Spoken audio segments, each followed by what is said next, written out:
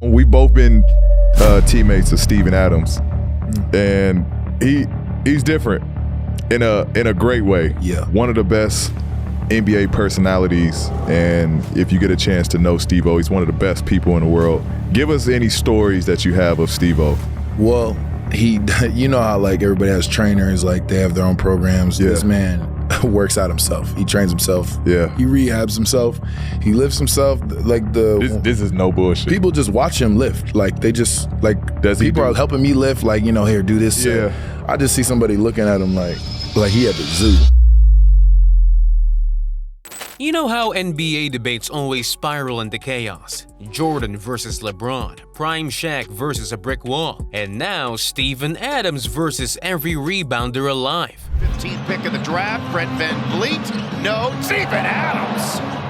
And today, I'm about to say something that'll make stat nerds combust on the spot. Steven Adams is the best rebounder in the NBA, and it's not even close. Yeah, I said it. Clip this, send it to your group chat, watch someone throw their phone across the room. Because the numbers the league feeds you, they don't tell the whole story. They hide the truth behind minutes, roles, politics, and a system that never knows what to do with old school bruisers who don't shoot threes. But if you actually watch the games, if you look past the box scores, if you pay attention to the impact and not the headlines, Steven Adams is cleaning glass like it's a full-time job with overtime. But before we start, here's the truth. 9 out of 10 of you are watching without subscribing. If you love basketball, why not fix that right now? Join the NBA Inside family and let's go through the season side by side. The league's rebounding leaders on paper. Let's get the boring part out of the way. The official leaderboard says Adams is 14th in rebounds per game, 9.4 rebounds per game in 15 games. And immediately, people jump in the comments like, bro, how's he the best if Jokic is at 12.8? Duran is grabbing 12 boards like it's nothing. Zubats exists. Okay, great. You read the box score. You want a medal? Let's look at the actual numbers. Jokic, 12.8 rebounds per game. Duran, 11.8 rebounds per game. Towns, 11.7 rebounds per game. Zubats, 11.6 rebounds per game. Hartenstein, 10.7 rebounds per game. They all play 32 to 39 minutes per night. And then there's Steven Adams, 9.4 rebounds in only 21.6 minutes. Durant has had double-figure scoring quarters as Payne misses. Read that again. Go ahead, do the math in your head while I sip some water. Because when you translate that to per minute impact, Adams grabs 20.8 rebounds per 48 minutes. 20.8. That's not elite, that's not top tier, that's numbers you only see when you glitch sliders in 2K. If Jokic had Adams' per minute rebounding rate, he'd be averaging 20 rebounds per game. But he's not. Why? Because nobody matches Steven Adams' rebounding efficiency. Nobody. And the funniest part, nobody even wants to talk about it because admitting it would break half the analytics graphs on NBA Twitter. Coaches know it, players know it, and anyone who's boxed out by Adams definitely knows it. The gap between Adams and second place in efficiency isn't small. It's a canyon. If the NBA tracked actual contested rebound value, the debate would have ended years ago. The real reason the stats lie to you. Here's the trap NBA fans fall into. You think rebound totals equals best rebounder. That's like saying the person who eats the most slices at a pizza party is the best eater, while ignoring the fact that someone else showed up halfway through. Adams plays 21 minutes. The top rebounders play 33 to 39 minutes. That's a 12-plus minute head start every single night. Imagine if Adams actually played Jokic's minutes. Let's run the numbers. If Adams played 36 minutes a game, he'd average 15.6 rebounds per game. That leads the NBA by a mile. If he played 40 minutes, 17.3 rebounds per game. That's Wilt Chamberlain territory. So no, he's not behind, he's underused. He's the scariest rebounder in the NBA, just not given the minutes to show it on paper. And that's the league's biggest secret. Opportunity shapes perception more than skill ever does. If Adams played starter minutes, this entire conversation wouldn't even be happening, because everyone would already know the truth. His numbers aren't low, his minutes are. The only thing holding him back from leading the league is the rotation sheet, not ability. What he's doing in Houston, that nobody talks about. Houston is using Adams like a secret weapon. Not a starter, not a closer, a matchup nuke. He plays around Şengün. He plays around spacing lineups. He plays based on need, not ego.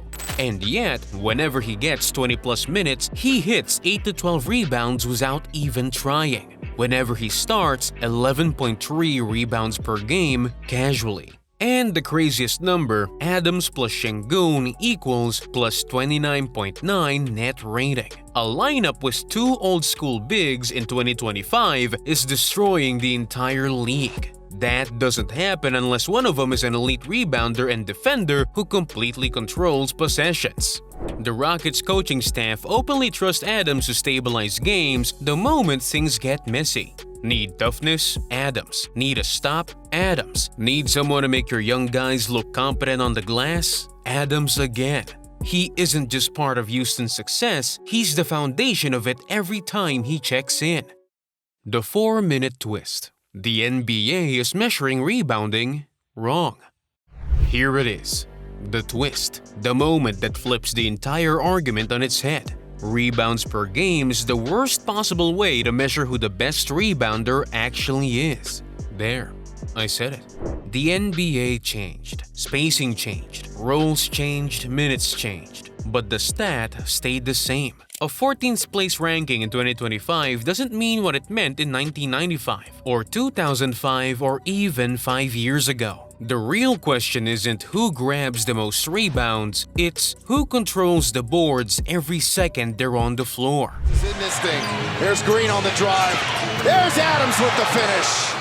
And by that measure, Steven Adams is number 1. Not close, not debatable, not up for emotional interpretation.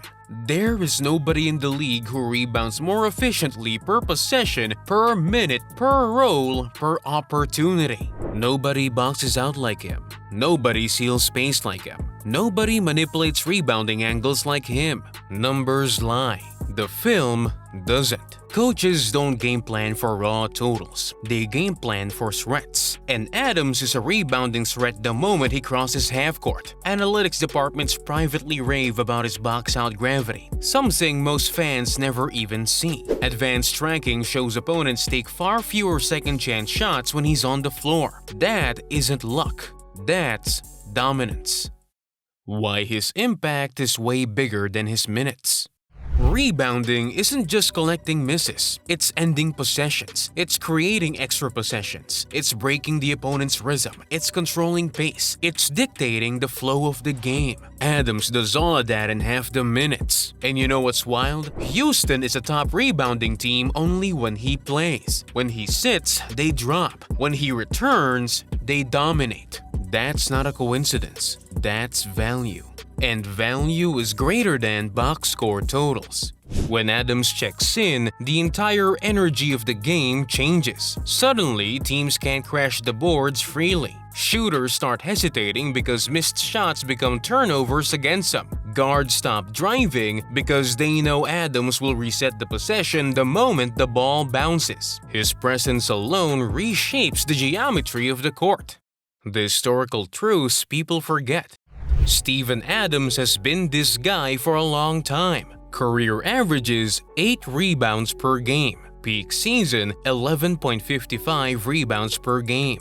Offensive rebounds per 36 minutes 7.3. 7.3. Most players don't get 7 rebounds a game. Adams gets that on the offensive glass alone per 36. Let me say this clearly. Offensive rebounding is harder than defensive rebounding. It's more physical, more chaotic, requires more IQ, and Adams is better at it than literally everyone else in the NBA. He's not good, he's elite, maybe the best of his era. Teams literally change their defensive schemes when he's around because they know giving up a missed shot is giving up another possession. His timing is ridiculous. He reads the ball off the rim like he has cheat codes installed. Young bigs study his tape to learn how to rebound in traffic. And even now, at his age, nobody outmuscles him consistently. The real answer. And why it's controversial. Is Steven Adams the best rebounder in the NBA? If you go by raw totals, no. If you go by per-game averages, no.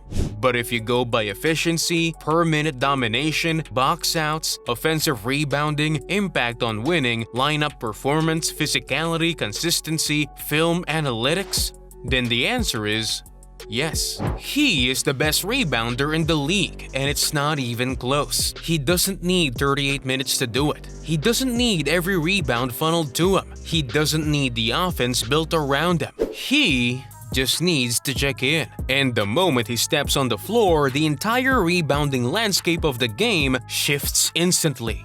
That's what the best rebounder in the NBA looks like. The controversy isn't whether Adams is great, it's that people don't want to accept what the numbers actually mean. Fans cling to totals because they're easy to screenshot. But greatness is about dominance, not convenience. Adams dominates in ways the box score will never capture. And the sooner people admit that, the sooner the debate ends.